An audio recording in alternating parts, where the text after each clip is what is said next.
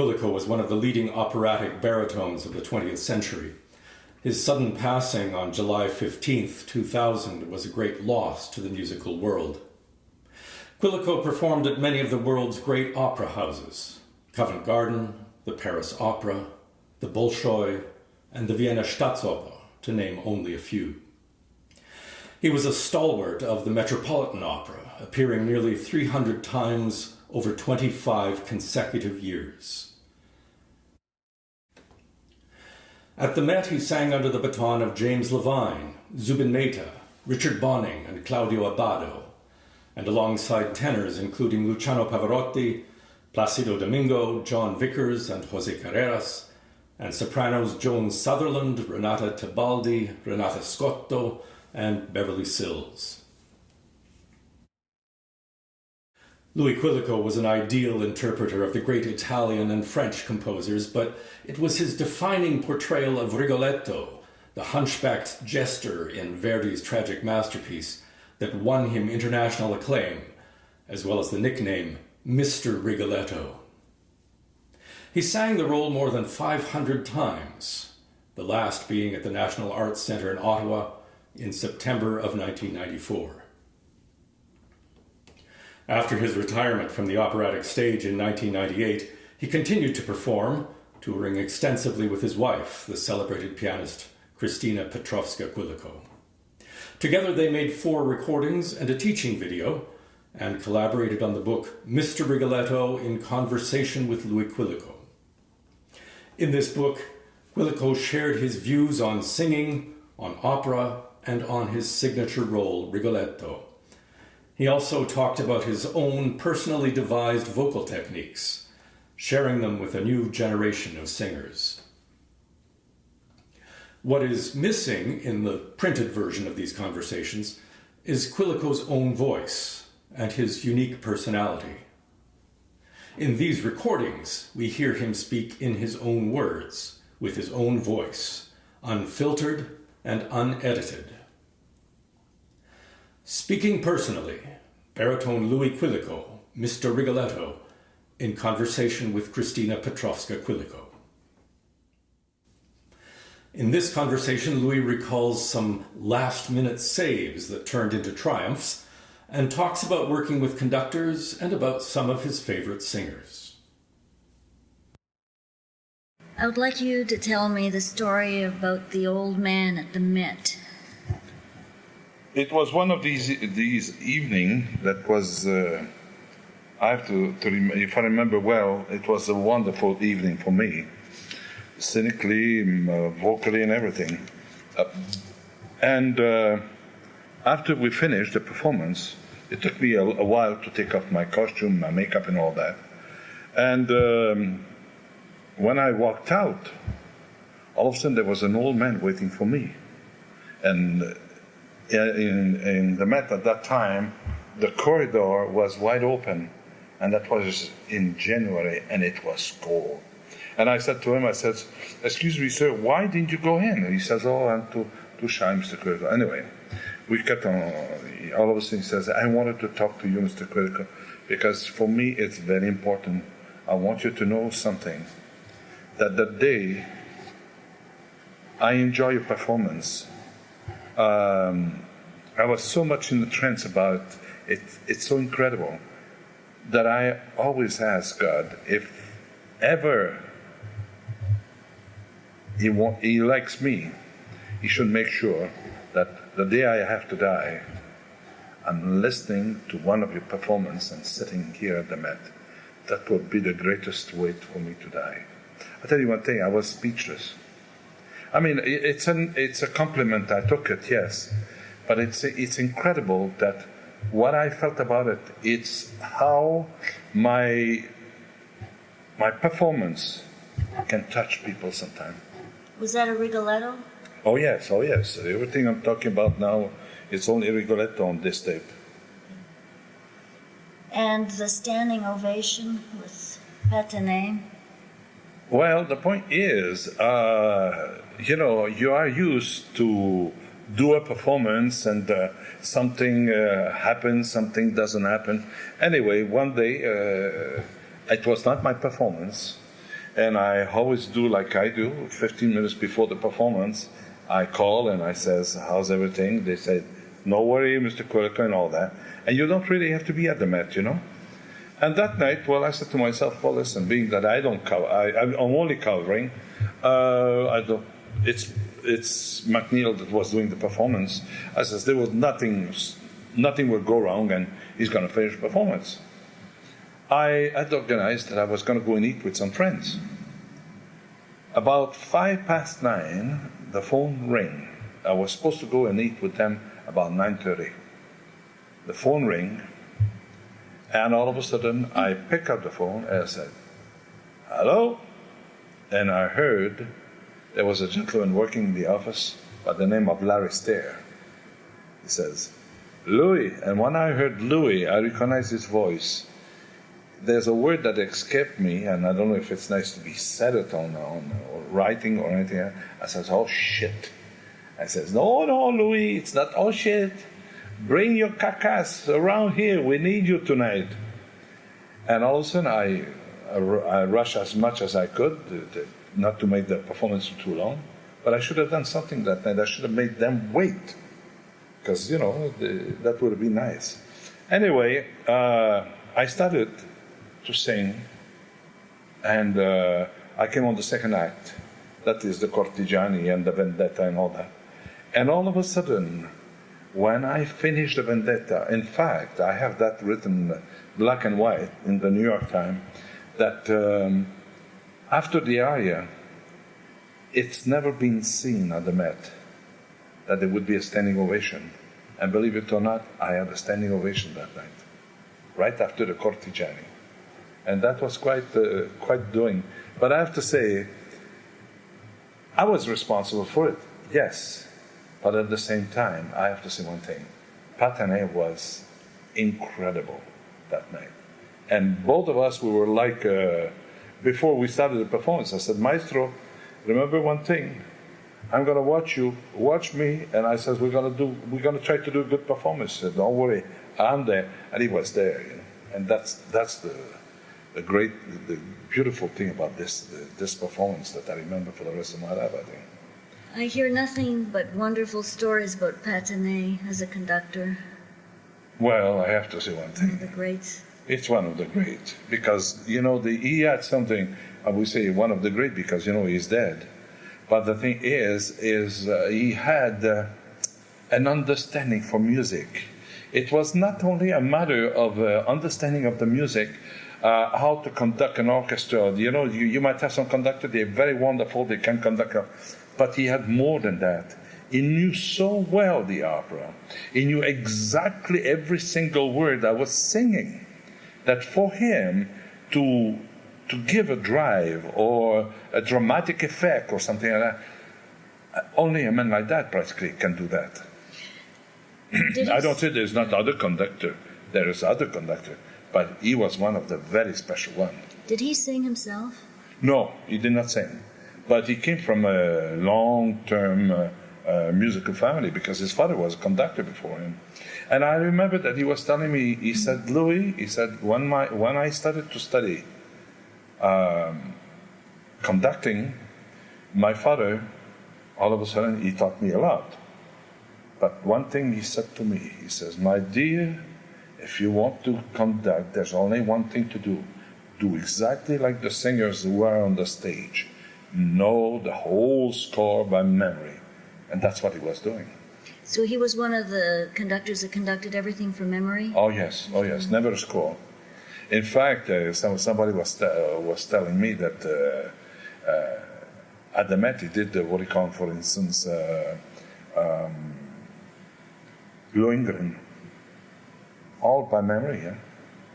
Nothing. He couldn't. I don't know. I think he could not be slave of the score. And I have to say one thing. In certain ways, it's very. If you can do it, it's marvelous for that reason, because you don't have to rely on a book. You know exactly what it is. And I have to say one thing. When it was a 3, it was a 3. When it was a 4, it was a 4. That's it. He was so incredible. He knew the score backward, forward, and put it the way you wanted. It was so incredible. And he had a knack for following singers. Oh yes, that I have to say. Except one thing, that if he felt that sometimes you were a little bit, he did not like that. What he wanted in his mind was, give me a dramatic sense to your performance, you as a performer. And that's the thing that was very interesting, because I'm not the only one that said that about him. There's a lot of people that talked about Patanelli. It was so incredible, What do you like to see in a conductor? Well, what I like to see with the conductor is very simple. It's not too complicated. Is that he does exactly like I do. Try to do a musical performance that is not only a musical performance, but music is to transfer to the public a message. In the orchestra, do exactly the same thing. But very often the conductor don't know these things.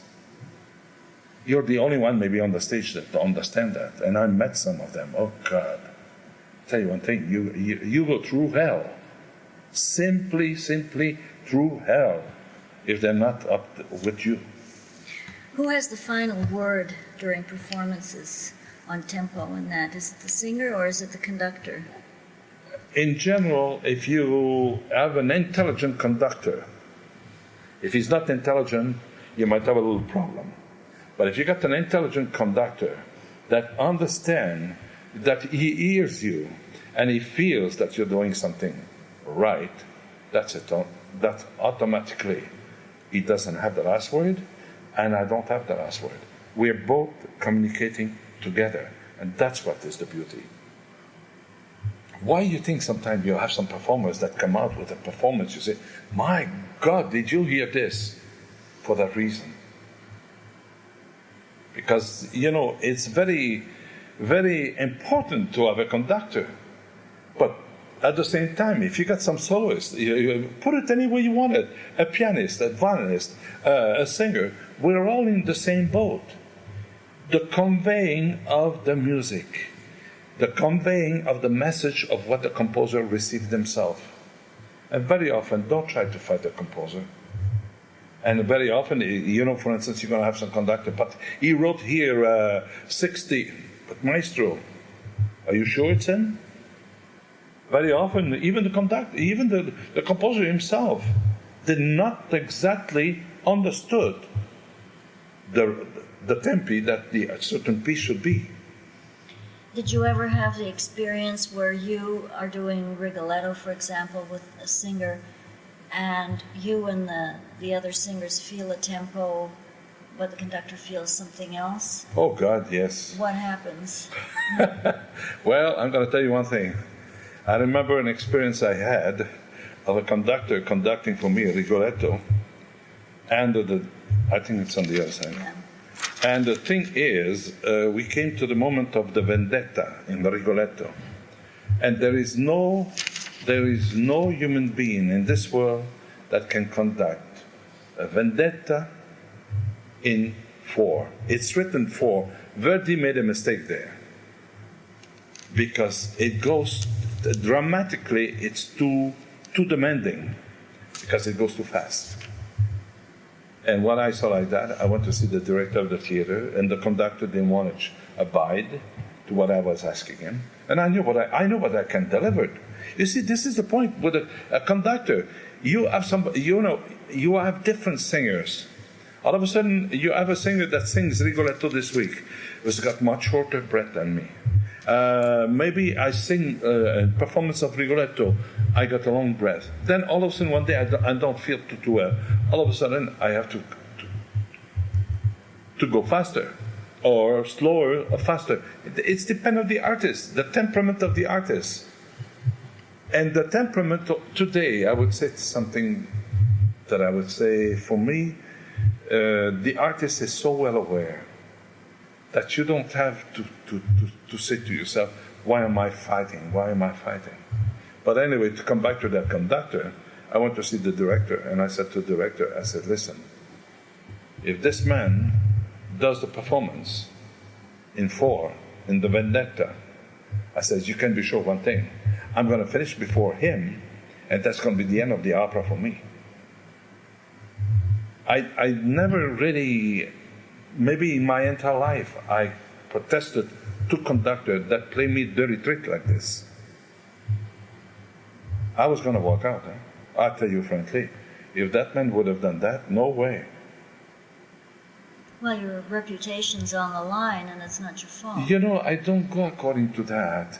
I go according, my reputation is, who cares about that? What for me is important is that performance.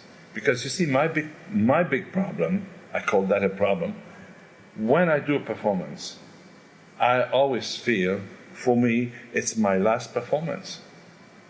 And that's why I give everything I got, as much as possible, you know. Do you feel that the singers today that you're working with are more musicians than they were before? I mean, the day of the prima donna seems to be finished, where the singers were able to demand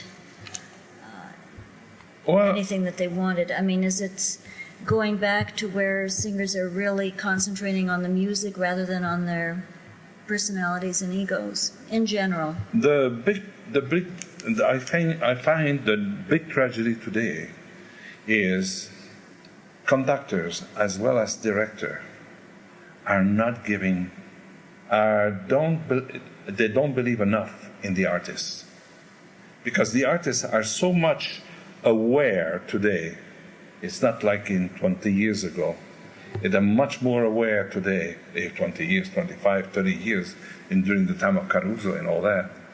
But the thing is, they should be more understanding that we are not, excuse the expression, once upon a time, we used to say about the singer, cafon.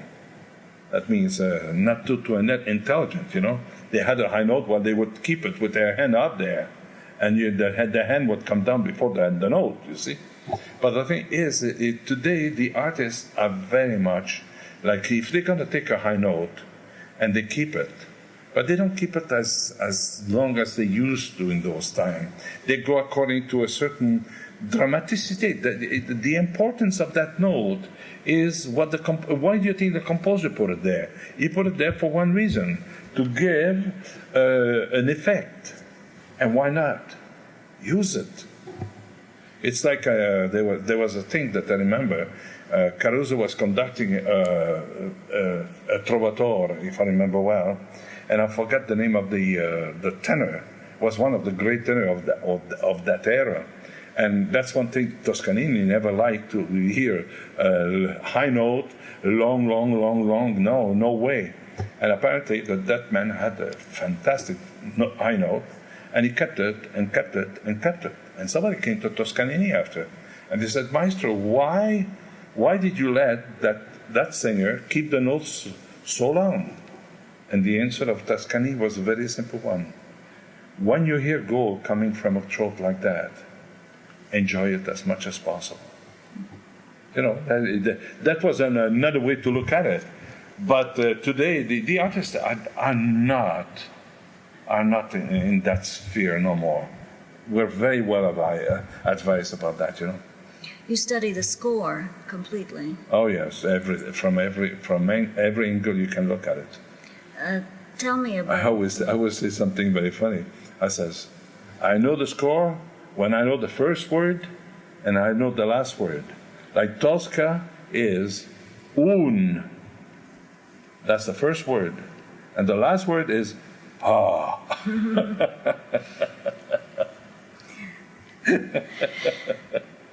Okay, tell me about some of the singers from the past, some stories of, say, Leonard Warren or the Rigolettos that you've... Well, I have to talk for the others. Unless you follow them or something like that. But for instance, myself, there was, for instance, I was at City Opera and I was rehearsing a Rigoletto with a tenor, not a well-known tenor, but it was a very good tenor. And all of a sudden, we're doing that rehearsal, and we're doing the last act, and comes the moment to sing La Donna Immobile, and our famous tenor is not there, And all of a sudden, waited, and all of a sudden I said to Maestro, come on, Maestro, play it. I'm going to sing it. I said, come on. I said, no, do me a favor, because I didn't want to wait, And all of a sudden I start to sing La Donna Immobile, in tonality and everything. And all of a sudden the tenor walks in, And he showed me, keep on going. And I kept on going. And I give the high note and everything, no problem, that was it. Anyway, he thanked me very much. The next day we have to do the performance. All of a sudden comes the moment of La Donna Immobile. Our poor tenor, all of a sudden, in his angle, he was cracking all over the place. I felt very sorry for that. But it was one of these things, Yeah. What's your vocal range, or what was it? My range, well, I have to say, when I was young, when I was not lazy, I have to say one thing. I used to sing to F above IC. I was not a tenor, I know that. But I used to go up there, wide open throat. That's what helped me tremendously. But my range is now, I would say, from an F lower than the middle C, and to about A flat, A natural. What it needs for the repertoire, Well, you never answered my question about the favorite singers of the past. Oh, you mean the favorite singers of the past? The old singer, I don't know much about them. I know Rosa Poncel, because I met her. I knew her very well. Caruso, you heard the recording and all that. I like them very, very, very much. But today, for me, we have some singers that are as great, if it's not maybe greater than they were. When I talk like this, I don't want people to accuse me of, I'm talking as a point of view as a technician. Because if you're going to start to talk about the quality of a voice, the interpretation of a voice, you might say, well, I prefer this by this artist. But as a technician, it's very different. And for instance, I always say, for me, one of the greatest tenors that I know of today is Luciano Pavarotti. Because Luciano, it's not a matter, yes, a lot of people, I know that there's a lot of people that don't like really Luciano. But what happened with Luciano, for instance, they would prefer Placido. But what happened, I'm talking as a technician, Luciano had a kind of a voice that nobody else ever had. That's including Mr. Caruso and everything. Because what I'm talking about, he had in his extension, vocal extension, so superior. He had practically, not an octave, but practically an octave higher than anybody else I knew. And that's the big difference. There were some others, they could do as well as he could do, but the voice was not as pretty as his voice, and was not appealing as much to the public as the one of Luciano. Well, it's nice to hear that fresh perspective, rather than the golden age of opera is dead and buried. Well, you always hear about this, the golden age, but I think I was born in the golden age of the voice. Because no matter what anybody would tell you, when you stand on the stage, you had a Leonard Warren, you had Mario Del Marco, Jussi Björling, Giuseppe Di Stefano, Tebaldi, and it's just to name a few, It was so incredible. And even today, there's still some of these voices, you know. And I have to say one thing. When they talk about the golden age, like in the time of Caruso, well, Caruso was a great artist, yes. There was a lot of other great artists. But you know, when you figure one thing, they used to sing maybe once a week. Today, they sing like mad. And they really have to be, what I figured today, that they have to be much more great master of their voice than in those years. Because, you know, when you think about Alfredo Kraus, you come up to a man who's 67. And I mean, the technique is still fabulous. You know, it's not to be compared as a Caruso, but it's another kind, it's another type of voice. Well, like Domingo, who travels every second day and still sings. That's sometimes I feel that's a little bit, excuse the expression, ridiculous, because it's practically wanting to commit suicide, you know, because that's very dangerous. Because it's not the voice that will not resist, it's your body that doesn't resist.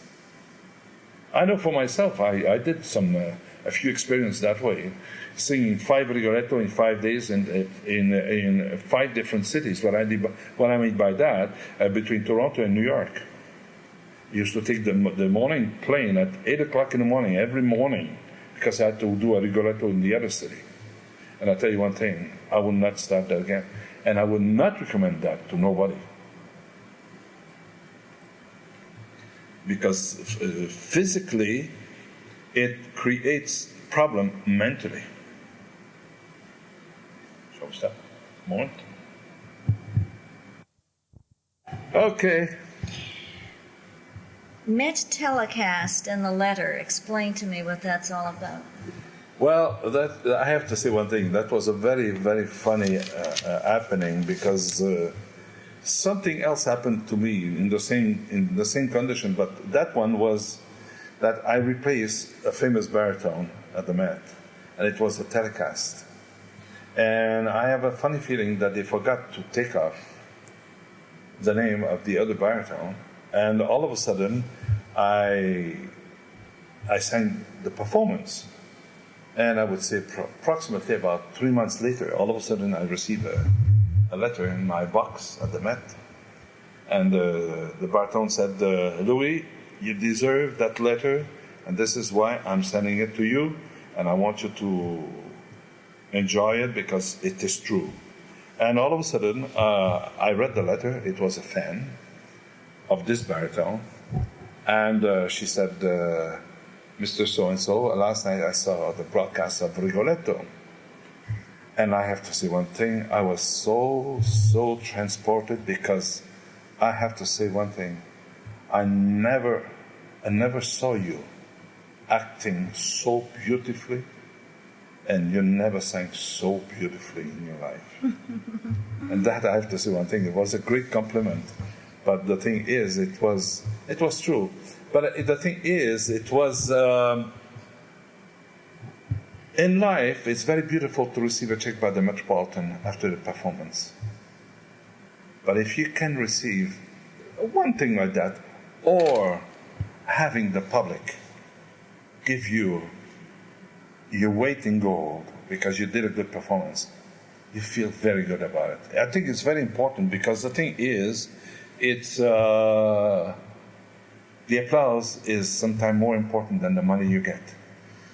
It says something for the baritone and the healthy atmosphere at the Met among baritones for him to have given you the letter. Oh yes. Well, I tell you one thing. You know, people are very human, are much more human than they used to be. You know, that I'm possibly sure. Maybe 35, 40 years in the time of Caruso, never a letter like that would have get to me. You know. But this one came to me. You know? Yeah, there might be a vendetta against you instead. Very often, you might be very surprised. Yes, I was doing Ballo Maschera once, and I did 4 performances, and on the 4th performance, all of a sudden there was a knock at the door, and I opened the door, and all of a sudden came the tenor of the evening, and all of a sudden he was older than me, I think, or he did not know my age. And he says, young man, With you, ballo maschera, never. Mai più lo canterò. Never I will sing it. We sang it after that because he was obliged to do it. But at that time he meant it, huh? Woo! Because I stole the show, you know. And I have to say one thing: it's very, if you are a good baritone and you do that opera, I feel sorry for the tenor and I feel sorry for the soprano because the airy too. Yeah. Mr. Verdi gave us a crown just with this opera. Now we'll get back to those operas. Let's stick to Rigoletto. Okay. You talked to me about Frank Corsaro and the New York City Opera, with which you had such a... Well, I'm going to tell you one thing. For me, maybe the Rigoletto of City Opera might be the production that I enjoyed the most in my entire career. Maybe not as a performance, because I think the one of Patané I said before, I think that is the greatest performance of any opera I ever done in my life. But I would say the production of the City Opera of Frank Corsaro was superb, was so incredible. And the thing why I liked it so much, it's all the detail. You see, before I met Frank, all of a sudden, I was doing my own Rigoletto, and Rigoletto scared here, Rigoletto scared, he was always scared. But all of a sudden, when I met Frank, I said, Frank said to me, he said, Louis, it's not because you're afraid. You realize, and that's the beauty it was. Like just a simple thing, for instance, in the first act, the only man that doesn't believe in the vendetta, because he's cursed by the old Monterone that comes in and cursed him, is the only one that, with Frank, he says, Louis, listen to me very carefully. You're the only one who doesn't believe in the curse. He says, when you come in the second act, the second scene, I mean, and all of a sudden the first thing you say, quel vecchio malediva me. That phrase, the old man cursed me, that's what the translation. You say it 3 times.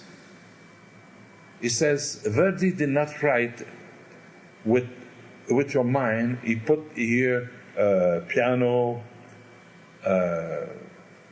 more piano, and even more piano or rhythm, change the rhythm or anything like that. He says he didn't put exactly why he did it, but try to think about it. If you say one phrase 3 times, there's got to be a difference. And he says, for me, I'm not Verdi, but he says, my feeling was that Verdi in the first scene was Rigoletto was the only one that didn't believe in the curse. And that's in the second scene after that, then he started to talk about it. I don't believe it. Then the second one, he started to talk about the Duke and the court. They make me believe that, and they make me what I become. Then after that, a little bit, he says again, the old man cursed me. Then the tone of your voice has to change. It's not anymore the same. It's not anymore the old man cursed me like the first one. No, this one, you're starting to believe it. And by the third one, before you reach the third one, you say so many words, you are deformed, and you curse by the court and everything. He says, all of a sudden, what is happening? He says, the third curse, you believe in it. It's you. And I tell you one thing, it was air-raising. It's like one thing that we used to do, for instance, a very simple thing at the end of the last act. All of a sudden, she's begging forgiveness for her and the Duke. And what I used to do, I used to grab her from the floor and shake her. I don't want you to die. You're gonna stay with me. And I tell you one thing, it was very funny. Another thing that was even worse, because after she is killed, not killed, she didn't die yet, but she dag in the house of Sparafucci, and they bring her out in the sack, and all of a sudden they put the sack on the floor. They used to bring the bag out of the house, and they used to put it on the floor. I would come around and kick that bag, and the funny thing about it, you could hear the public, in the theater. It was so incredible. Another thing, there were some moments towards the end of the last act too, that I would more or less be very nasty with her. I would be very nasty with her, and good. I'll put it in after. And do you know that I could hear people in the hall crying?